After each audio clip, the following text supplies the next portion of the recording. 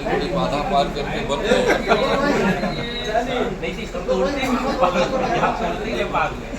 उधर से पंखा को बंद करवा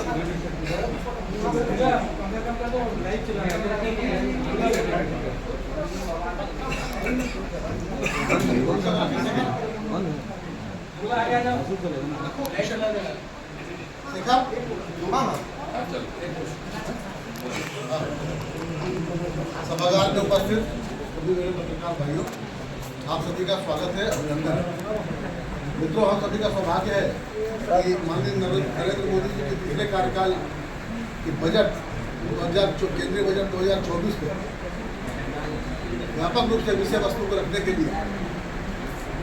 भारत सरकार की मंत्री आदरणीय सावित्री ठाकुर जी, महिला विकास बाल विकास मंत्री, और साथ में हमारे छत्तीसगढ़ शासन में महिला बाल विकास मंत्री आदरणीय राजवाड़ी जी, साथ में गोंडरा के विधायक सम्मानित विधायक किशोर जी, अंबिकापुर के सम्मानित विधायक राजेश अग्रवाल जी, सूरज मंडल के सम्मानित अध्यक्ष बाबूलाल अग्रवाल जी, अंबिकापुर भारतीय जनता पार्टी के महामंत्री अभिमन्यु गुप्ता जी, उपाध्यक्ष मुकेश केसरी जी। मित्रों, हम सभी को मालूम है कि जो अभी का बजट प्रस्तुत हुआ है, राजकोषीय घाटे को पूरा करते हुए और सभी को कुछ न कुछ प्रदान किया गया है। इसी विषय पर व्यापक विषय वस्तु को रखने के लिए आपके सम्मुख माननीय हमारी केंद्रीय राज्य मंत्री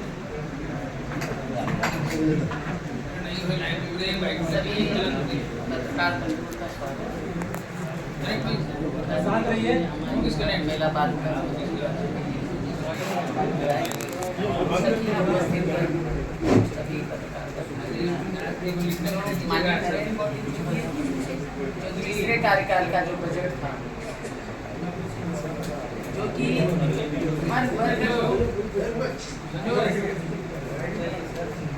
हर वर्ग को ध्यान में रखते हुए ये बजट था। और माननीय मैं नरेंद्र मोदी जी को धन्यवाद दूंगी, माननीय सीतारमण जी को जो 7वीं बार ये बजट पेश किया, उस सबको ये हमारा जो आदिवासियों के लिए भी कम से कम 13,000 करोड़ रुपए का आवंटन किया, जो कि वन्य लोगों के लिए, उनके उत्थान, उनके सर्वांगीण विकास के लिए जाकर माननीय नरेंद्र मोदी जी जो बात करते हैं कि आदिवासियों के लिए सरकार नहीं करती, पर सबसे ज़्यादा बजट आदिवासियों। हम किसानों को अन्नदाता कहते हैं, अन्नदाता किसान भाइयों के लिए जो हमारे हैं, उनके लिए भी ये महत्वपूर्ण बजट होता है। अभी माननीय नरेंद्र मोदी जी ने वाराणसी में फसल बीमा योजना में कम से कम 21 करोड़ रुपये सीधा किसानों के खाते में सीधा डायरेक्ट दिया। माननीय नरेंद्र मोदी जी किसानों के लिए जो दलहन सीजन फसलें हैं, उनके लिए भी वैज्ञानिक तरह से और भी बहुत सारे प्रयास चल रहे हैं, तो आगे किसानों को लाभ पहुँचे। और हमारे जहाँ तक युवा वर्ग है, उनको कौशल प्रशिक्षण देकर युवाओं को ज़्यादा से ज़्यादा नौकरियाँ मिलें, ताकि युवा वर्ग और महिलाओं को माननीय नरेंद्र मोदी जी ने खास तौर पर हर चीज़ में दीदी डॉन हो या महिला सशक्ति हो, उनको भी कौशल प्रशिक्षण देकर रोजगार के लिए। जहाँ तक महिला बाल विकास का सवाल है, जो हमारी कामकाजी महिलाएं हैं और बच्चे हैं, उनके लिए भी हम हॉस्टल के लिए प्रयास करते हैं। और जो बच्चे 18 से 16 से 14 से 18 साल के बच्चों के लिए बहुत सारे ऐसे बच्चे हैं जो कि अभी कोरोना में बहुत सारे बच्चों को माँ बाप नियाना देते हैं, उनके लिए भी महिला बाल विकास, उनको हॉस्टल, उनको सुविधाएं कि वो बच्चे कहाँ जाएंगे, उनको साथ साथ उनको पढ़ाई की भी जिम्मेदारी दी है सरकार। हर वर्ग को यहाँ तक कि जो रेलवे का आज तक का जो बजट है, पिछले मायने में मैं कहती हूँ जो 10 साल की सरकार थी, पिछली जो 60 साल की जो कार्यकाल,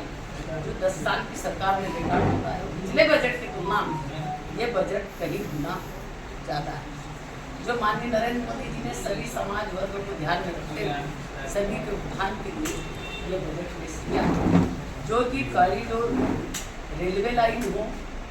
या किसी विकसित जगह को विकसित करना या पर्यटक स्थल, सभी को ध्यान में रखते हुए ये काम किया है। हमारा लक्ष्य है कि ग्रामीण क्षेत्र में जो प्रधानमंत्री आवास योजना जो चलाई जा रही है, उसके तहत हम 3 करोड़ मकान बनाने वाले हैं। जो शहरी क्षेत्र में 1 करोड़ मकान और ग्रामीण क्षेत्र में 3 करोड़ से 2 करोड़ मकान बनाएंगे, जो कि